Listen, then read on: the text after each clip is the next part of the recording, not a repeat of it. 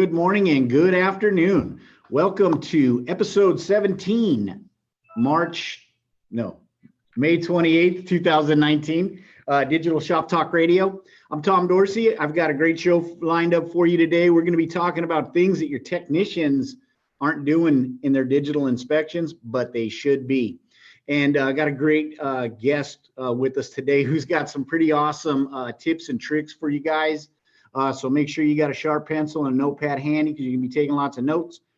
Also remember that we record this. It's live streaming on Facebook. While you guys are in there, you can ask questions. Just type them right into the comments section on Facebook there, and we'll answer your stuff live on the air. If you don't get a chance to watch it because you're busy at the front counter like you should be, then of course it's going to be recorded and posted up, and we put some closed captioning in there for you too, so it's to watch and learn. So without further ado, I'd love to introduce our guest today, the man with the plan, Neil Daly from Oceanside Motorsports. Where are you guys at? Newport Beach? No, we're actually in Oceanside, which is in San Diego. It's right in the name. It's right, literally in the name. Yeah.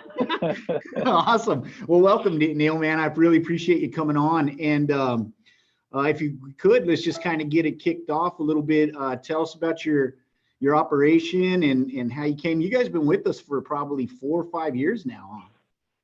It's been a while, yeah. And we've, we've realized the value of the inspection. I'm glad you're talking about that today because we actually just kind of refreshed it for us. I think I was telling you we did an inspection clinic the other day that was really revealing, and where we had all of our technicians do an inspection on the same car. That went really well, really exposed some things. And then we built an estimate at the end of the day for the worst inspection and the best one, and it came out to be a $6,000 difference. So it kind of showed our technicians, that a little bit extra time in the inspection, which it did take the guy about 10 minutes longer to do it right, still under our 30-minute mark, but an extra 10 minutes really gave a better service to the customer and allowed us the possibility of having some more work. So that was pretty cool. So let me get this straight. There was 10 minutes difference, $6,000 difference in the estimate? Yeah, and then between those two technicians too, their average pictures, one of them was down at 7 pictures per inspection, and then the best one was up at like 28, which is kind of where we expect it to be. Wow. So all the data was in line with that too. I mean, that is brilliant, right? I don't know who out there in the audience, have you done something like that? Have you gotten all your guys together, run like an inspection audit, have them inspect the same vehicle and compare the differences? I think that's a brilliant. So what came out of it? I mean, what were you able to learn from their best practices or their perception of best practices? And what were you able to task them to do to kind of get on the same page? Well, it really, because we reviewed all of the inspections with all of the technicians.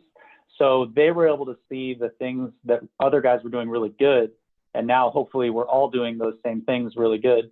And then the ones that needed some improvement saw how the inspection should look. So now we're able to manage, the technician that needed some help getting his pictures up. We had a starting point for that and where we're getting him. And then the technician that did the best inspection, we actually thought on average was taking too long to do his inspections. But when we went in and actually looked at the average time per inspection, he's totally within what we expect. So the data that you guys had kind of helped us manage that effectively. And it made overall our inspection a lot better. Plus just them being able to see it from the customer view of it. I actually think that that's something that the inspections don't look at, or the technicians don't look at a lot, is how the customer view of it looks. And I think that really helps. Yeah, for sure. So then did you get the service writers in there too and start kind of give their 2 cents? Hey, I really need, you guys to take pictures like this kind of lighting is better than this kind of lighting, to really kind of close the loop, give them, set them up for success so that they got the best stuff to work with when they get in front of the customer. Yeah, we didn't get too much into like lighting and stuff like that. I think for the most part, our guys take pretty good pictures. But that could be like the next the next step of that, but we did make some improvements about how we take our pictures and stuff. Should I jump into that now? Yeah, for light? Sure. Yeah. Okay, cool. Definitely. Yeah. So I was leading into it, man. Yeah. It's funny because it's so simple, you know, like we went between like using flashlights, and the flashlights are sometimes too bright or it's not focusing and all this. And one of our techs actually found that this little snap-on light is like the best one. And we've been holding it on the tablets, just kind of next to it or putting it in an area, and that'll, you know, get it lit. But we actually just recently made it so that it's magnetic and it just sits here when we do the inspection. And that it gets up the best lighting on average throughout the inspection. And we did it just using some little like super affordable magnets that we got from Amazon. And then we taped them onto a light and put one of those tablet mount metal things here. And it just, that turned out to be the best way that we've had for getting light on pictures. No, that's cool. Because, you know, we get that all the time, right? Guys are always, you know, you see the discussion in Facebook, you know, what are you guys doing for lights? Oh, I'm sticking a shop light up here. I'm doing this, wearing a headlamp. Yeah. But that's clean and custom right there. Super easy. What did it cost you? About someday it'll be like, yeah, it didn't cost very much, and it was definitely a trial, but it worked out great. Someday we'll design a case that like is, you know, looks a little bit nicer, but yeah, for now that works perfect. Great. No, that's awesome, man. So, so good. Write that down, you guys. It looks like a pretty easy buy. Snap on and a couple little of those round magnets, and you're good to go on in about a, you know, half a foot of some colored tape. Now, genius, Neil. So what are some of the other tools that your guys are using? So I'm curious to know, like, kind of the detail and the differences between the best inspection and the worst inspection when you guys were doing that. Is it somebody using more like visual aids, like tire tread depth gauges, things like that, where other guys aren't? Did you notice something like that? And what are kind of some tips and tricks that you can give to the audience, you know, maybe guys that are just getting started out, how they should be equipping their technicians to take those, you know, really good high impact inspections? Yeah. We did this a while ago, actually, where we all made sure that we had the same measurement tools. So we have the same brake pad measuring tool, the same thing for the tire tread depth ones. When we hire a technician now, I give them a little kit that has like, here's all your inspection tools, just to make sure that we're all using the same one. So that's really important. The brake fluid tester is probably one of the most effective ones. Because that just, besides telling somebody, hey, you got, you know, water content in your brakes, they see the tool and they see it being used. And now too, that you can show the old pictures from the last inspection next to the new ones.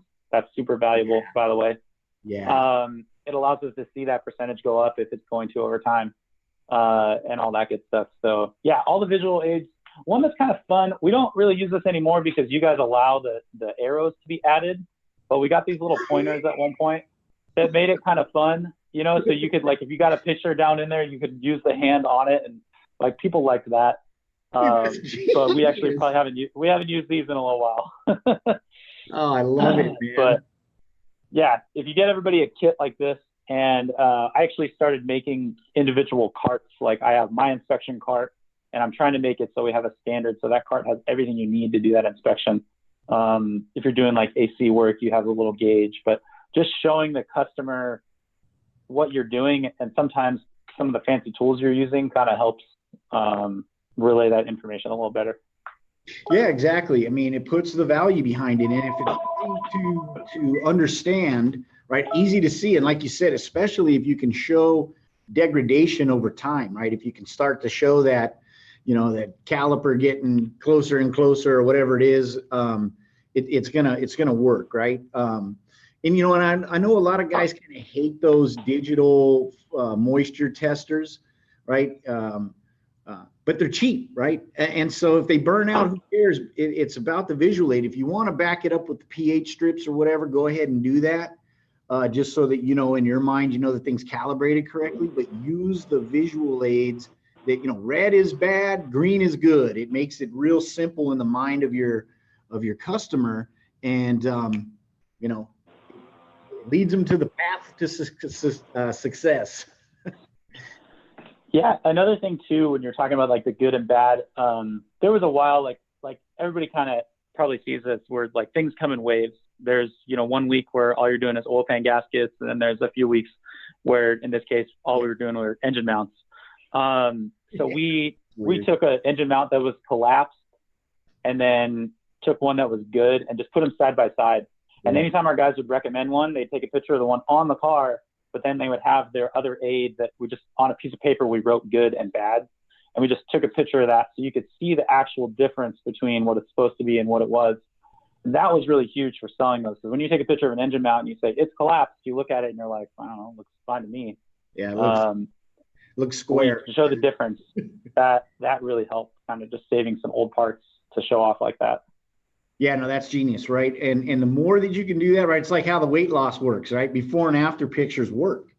And the more you do that, especially, filters, right? Filters are an easy one. Fluid drip trays. I don't know if you guys saw that Facebook post. I think, who's that by? Dan Garlock or something, where he 3D printed his own fluid drip tray. That's up on Facebook.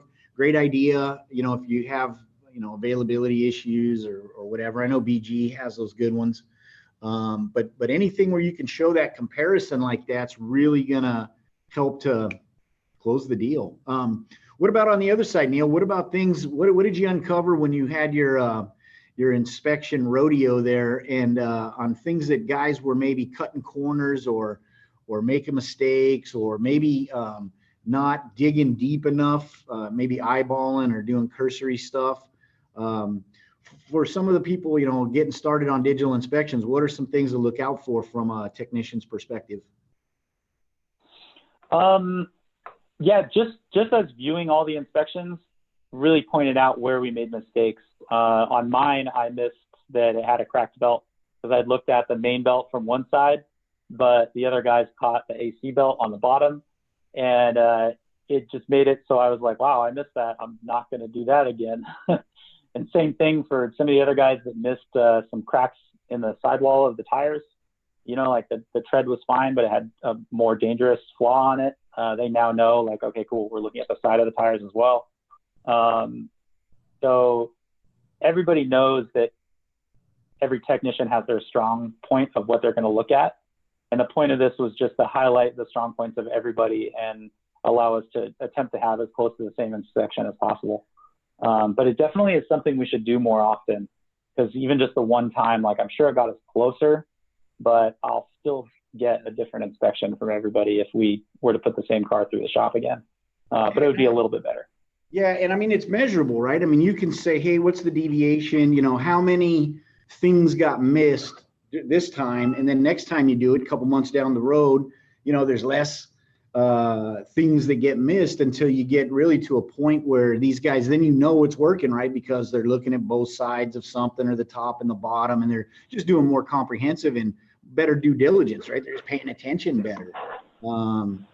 And you could completely measure that. I think that's a brilliant idea to have kind of a regular type thing, and maybe even, kind of the snap,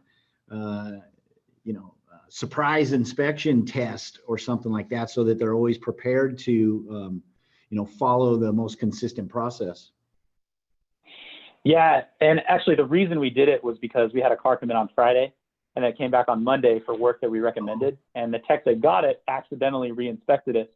And I said, what the heck? This is so different from 3 days ago. Oh, man. So that's what kind of kicked us into gear for that. I guess so. Yeah, but yeah, and that's actually I've never, you guys count how many pictures are taken per inspection per tech, and I've always thought, like, oh, our guys always take a ton of pictures, like it's all good. But it's funny how that data is actually really accurate, because our worst inspection was the guy that is taking 7 pictures on average versus the rest of the guys that are taking like 25. So that gave us something really, real data to manage on. And we said, hey, you need to get your picture count up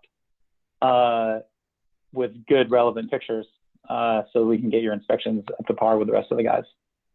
Yeah, no, that's awesome. So are you're tracking that in the business control panel, being able to see number of pictures per inspection.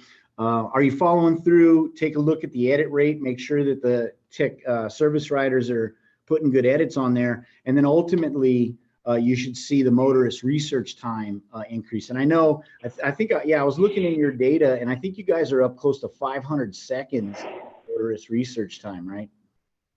450 to 5. That's it's a great number.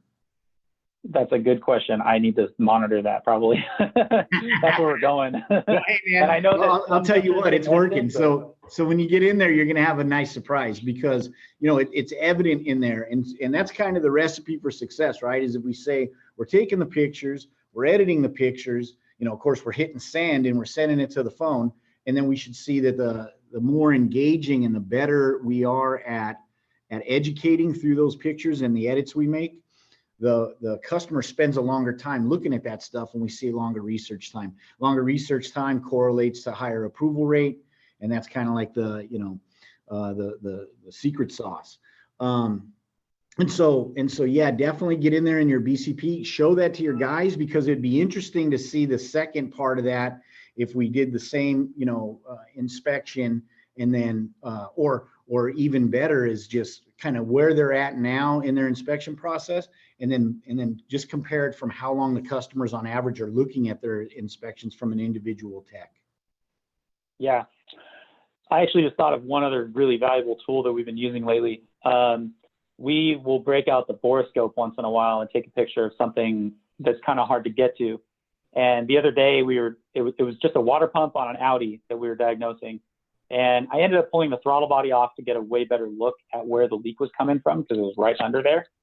And since that was off, we stuck the borescope down to take a picture of the intake valves, and they were covered in carbon from that carbon buildup. So we took those pictures, put it in the inspection, recommended the carbon cleanup, and that was really easy for the advisor to sell. And that was another, I want to say, like 4 units worth of work for the tech. And it made that ticket bigger with a maintenance service combined with the water pump replacement that it needed.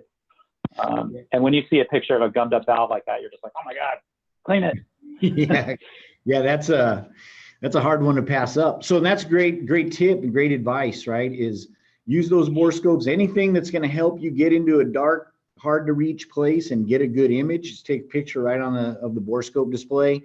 Same thing with your diag equipment, right? And I mean, even if you're using a tablet based, diag tools, take a picture of the tablet, right? Take a picture of your alignment printout if you don't have your Hunter alignment, integrated into Auto Vitals. What other? I mean, you're like a piñata full of ideas over here, man. What else are you guys doing in there that you might want to share with the audience? I kind of think of them as you're talking. I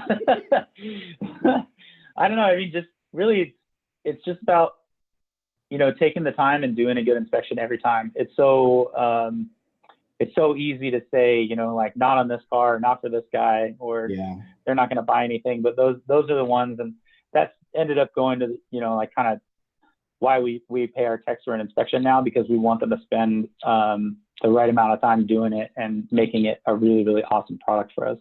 And it's working out good.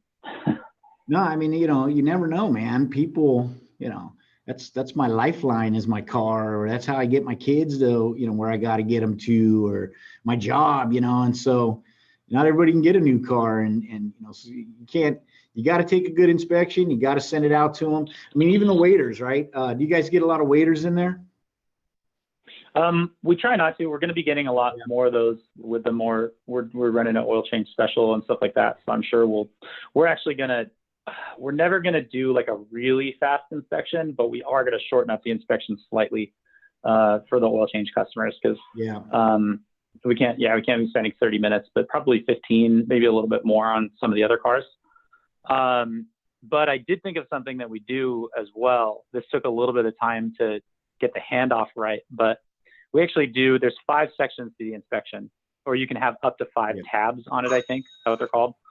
The first tab for us is all the advisor's check-in and the mileage-based concerns, because we should be able to have that conversation with the customer about what they've done based on mileage before the car gets back to the technician. Oh, nice. So Yeah. the advisor actually starts the inspection on his tablet and does the walk around. We take pictures of the wheels. He recommends anything based on mileage. And if they've done it, we put it into their record saying, they did a transmission fluid exchange and it's next due at, and then we put that mileage in. So next, as that's coming, we have some time for it. And it took a little while to get that handoff seamless, going from the advisor to the technician, but we've got it down now. And he then closes it, gets it to the tech, and they've already got all that stuff filled out for him. No, it's great. No, it's great, right? And because, one of the biggest, we've been going on the road doing a lot of workshops and stuff and getting a lot of feedback from guys on their intake process. And one of the most important things is set solid expectations, right? Give them a taste, especially for your new customers, right? You got to kind of condition them to your process. And if you do it right, man, they open up that inspection sheet. As soon as you send it, they're waiting for it. They respond back in like 5-10 minutes.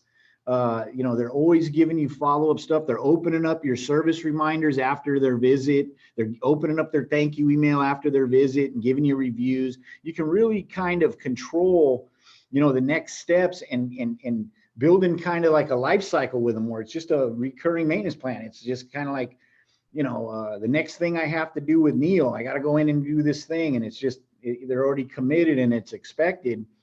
You can set all that up just by giving them expectations at the front counter during intake. And I think that what you're doing there is brilliant, because you're having that whole conversation and even showing them a piece of the process.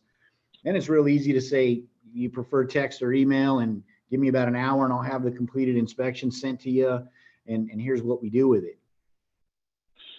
Yeah. And another thing I thought of too, you got to keep it fun, and you got to always show the positives of the car too, especially if there's something maybe they fixed last time, you take a picture of that and say, good job. This is, it's not leaking anymore. Or, if somebody has a cool license plate frame, or some of the guys come in here with maybe a modification they're proud of, take a picture of it and be like, good job. Something we do now too is actually we check the registration sticker form, and that's part of the service advisor's check-in. So if that's expired, which some people don't even realize, like we're going to be the ones to catch it. Yeah, it does. Recommend registration. Yeah. And then the technician pictures, like on mine, I have a picture of, me and my kid, and we encourage the guys to make it a little bit more personable. And I've always wanted to, we haven't done it yet, but I wanted to theme our pictures for holidays. So when it comes up to like, Thanksgiving or something, have a turkey hat or something that you put on. We haven't gone that far yet, but I think that'd be a cool personal touch that people would appreciate it. Oh, no, of course. That's brilliant. I think you nailed it. That's really a great takeaway for this show, is that you have to make it fun. You have to make it personal, and you have to make it engaging. And those ideas right there really kind of nailed it, right? Is to say, here's something cool about your car or about you or your personality, and we noticed it, and we're sharing that, and then give personal recommendations, personal type advice and things like that, and it's going to make a world of difference, because it really becomes now, instead of just some piece of paper or some step in the process, it really becomes a personalized thing for me, a report for me in my car. I'll hold on to it and really be able to show the appreciation and share some of that kind of personality. I think you guys, really, culture goes a long way to retaining customers, and that's a great bridge to bring your culture to your customers right through that digital inspection. It'd be fun to have a conversation on Facebook maybe, where we can talk about some of those personalization touches, like, pointing out that license plate frame, or, talking about their registration sticker or other things that maybe they don't get in other shops. Be kind of fun. Maybe we run a show in the future about some of the things we learned through that discussion. Yeah, it'd be cool to see some other inspections too. We'll share some of ours, like when you've got an inspection you're proud of, post it up and let us see what you're doing. It might give us some ideas to do ours better. Yeah, that's for sure. The more that we can kind of share our ideas and things like this, I thought that, Russ Crosby had great insights last week on how he's running his shop meetings and and getting his techs really to form this super solid team. When I was out there, I was blown away at how impressed I was by that operation, and it really does, because at the end of the day, is if we're tight as a team and we're taking care of customers and we show we appreciate, guess what? Those customers are on the team, right? They become part of the team. They want to be on the team. And that just means a loyal customer forever, and really, comfortable, well-rested nights for Neil, every night when he knows his business is kicking butt and taking care of customers, right? Yeah.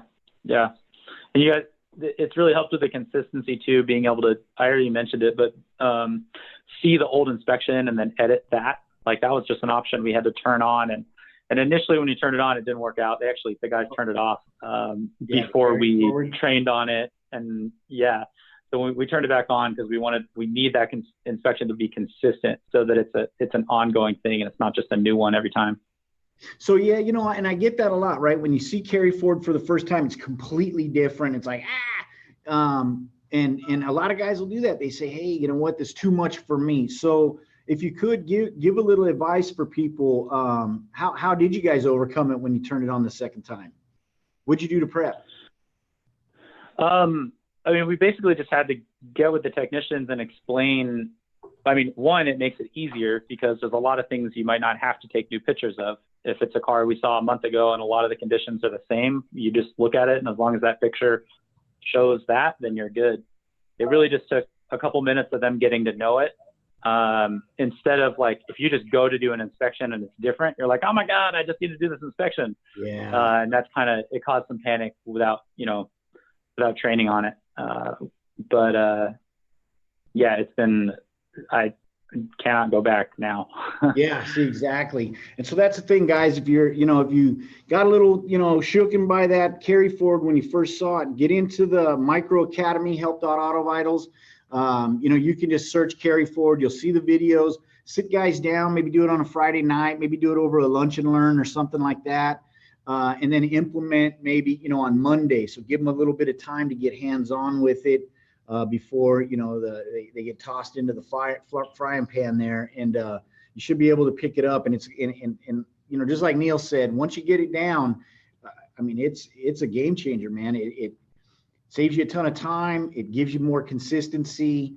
You don't get that, kind of missing things and growing brake pads and stuff because of the difference, as Neil found when he did his inspection audit.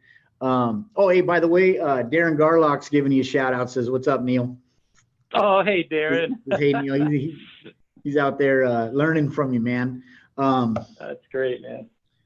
Dude, awesome show. Looking forward till tomorrow. We're going to be doing a webinar and we'll be talking about kind of some of the implementation of some of these things. How we set up our inspection sheets, how we can set the order in some of our severity groups and things like that to, help your techs get best inspections possible. We'll be going over some best practices and things like that from impactful pictures, how to take really good pictures. So that'll be tomorrow, 10 a.m. Pacific, 1 p.m. Eastern in our webinar. You can, of course, if you're not registered for the webinar, just go to what's it, autovitals.com/webinar and register. And of course, as always, we'll have next episode of Digital Shop Talk Radio next Wednesday, same time, same place. Another great guest for you and talking about ways to be successful in a digital shop. Neil, Dan, I really appreciate your time, buddy. Taking your time out from your busy day, sharing your advice with us, sharing your culture with us, man. It's really impressive what you guys do out there. And we really appreciate you coming on. Thanks, man. Yeah, thank you guys for building this this product for us. I appreciate it. Nah, man, it's our pleasure. You're welcome. You're welcome, man. And let's bring it on Facebook. Let's talk about some of those ideas we had. How do we personalize those experiences? Some special touches that you guys put in your inspection program that really, help to bring a better bond with your customer and drive loyalty in your business. Looking forward to reading that on Facebook and running a radio show about it in the future. Until then, get out there and make some money. Thanks everybody for paying attention, staying awake, and we'll talk to you next week. Bye.